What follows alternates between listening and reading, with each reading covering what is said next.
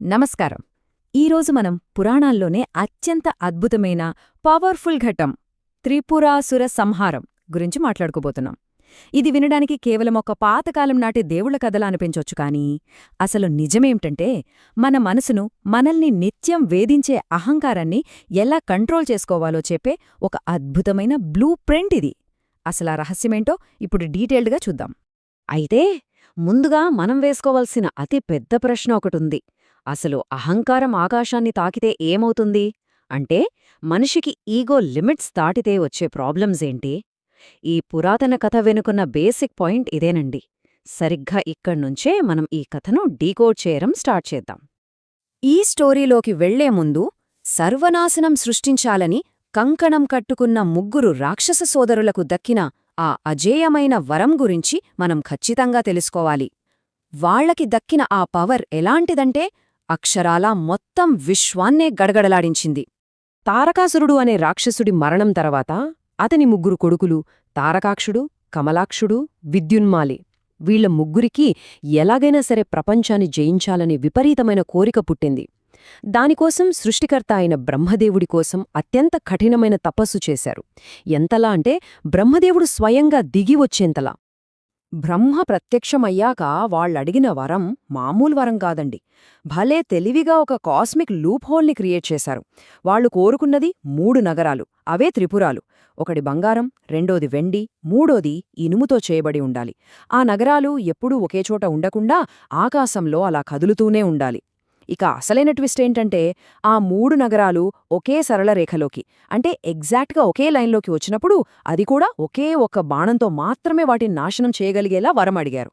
అంటే ప్రాక్టికల్గా చూస్తే వాళ్లని ఎవరూ ఏమీ చేయలేరన్నమాట. కాని ఇక్కడే అసలు కథ మొదలైంది. ఎవరికైనా అపరిమితమైన శక్తి వస్తే ఏమవుతుంది?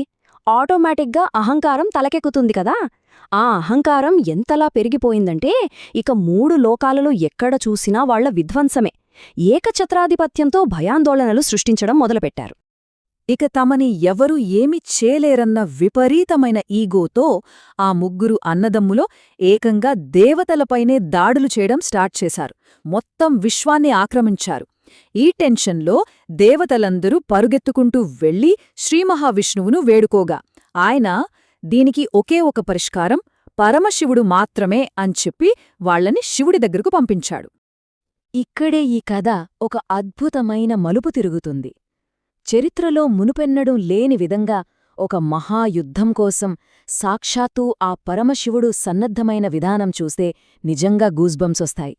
శివుడి యుద్ధ సన్నాహాలు ఏ రేంజ్లో ఉన్నాయో తెలుసా? ఆయన వాడిన ఆయుధాల స్థాయి వింటే మీరు ఆశ్చర్యపోతారు. భూమి ఏమో ఆయనకు రథంగా మారింది. సూర్యచంద్రులు ఆ రథానికి చక్రాలు, మేరుపర్వతం చేతిలో విల్లు, పెద్ద పెద్ద పాములు ఆ వింటి తాడుగా మారాయి. ఇక స్వయంగా విష్ణువు యొక్క శక్తే బాణంగా మారింది. అంటే ఆ ముప్పును ఎదుర్కోవడానికి శివుడు అక్షరలా ఈ మొత్తం విశ్వాన్నే ఒక ఆయుధంగా మల్చాడు.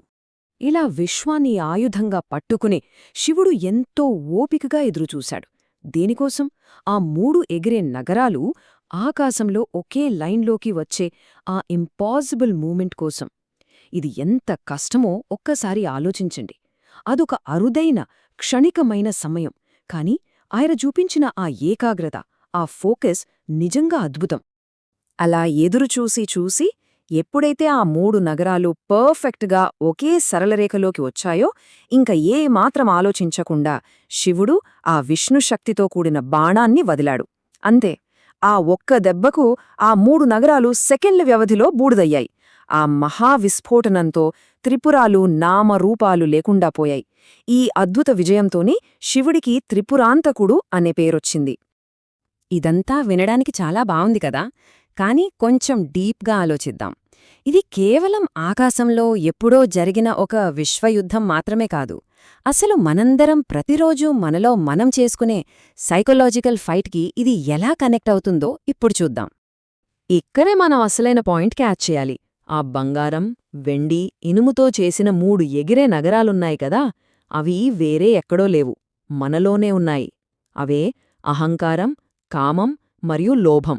ఈ 3 మన మనస్సులో కూడా ఎప్పుడుకప్పుడు స్థానాలు మారుస్తూ వాటిని కంట్రోల్ చేయడం అసాధ్యమన్నట్లుగా మనల్ని ఆడుకుంటాయి. ఒక్కసారి ఈ పురాణ కథను మన మైండ్లో జరిగే పోరాటంతో పోల్చి చూసుకుంటే ఒక అద్భుతమైన సత్యం అర్థమవుతుంది. మనలోని ఈ ఈగో, స్వార్థమనే రాక్షసులను జయించాలంటే అచ్చం శివుడు చూపించిన ఆ పర్ఫెక్ట్ ఫోకస్, ఆ బ్యాలెన్స్ మనక్కూడా ఎంతో అవసరం. మనలో అహంకారం ఎంత బలంగా నాటుకుపోయున్నా సరే ఫైనల్గా సత్యం మరియు ధర్మం మాత్రమే గెలుస్తాయి అని ఈ కథ మనకు చాలా క్లియర్గా చెప్తోంది.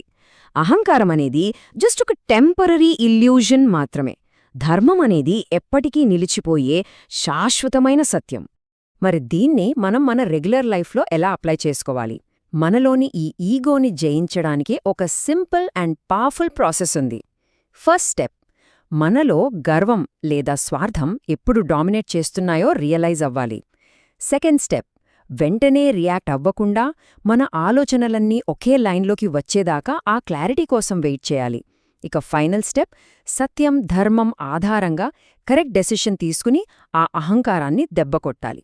ఈ స్టోరీ మనకు ఇచ్చే అసలైన మోరల్ ఏంటంటే, ఇగో ఎంత పెద్దదైనా సరే అది సత్యం మరియు ధర్మం యొక్క పవర్ ముందు ఎప్పటికీ నిలబడలేదు. అహంకారం క్రియేట్ చేసే భ్రమలన్నిటినీ ఆ సత్యం ఎప్పుడూ పటాపంచలు చేస్తుంది. సో ఫైనల్గా ఒక మాట, మనం రోజూ ఎన్నో ఛాలెంజెస్, ఎన్నో కోరికలు ఫేస్ చేస్తూ ఉంటాం కదా. మరి ఈరోజు మనలోని ఆ అహంకారాన్ని, ఆ 3 త్రిపురాలను నాశనం చేయడానికి మనం సత్యమనే ఆయుధాన్ని ఎలా వాడబోతున్నాం? ధర్మం వైపు ఎలా నిలబడబోతున్నాం? ఇది ప్రతిరోజు మనకు మనం వేసుకోవాల్సిన ప్రశ్న. ఈ విశ్లేషణ మీ ఆలోచనా విధానానికి ఒక కొత్త పర్స్పెక్టివ్ ఇచ్చిందని ఆశిస్తున్నాను. మళ్ళీ కలుద్దాం. ధన్యవాదాలు.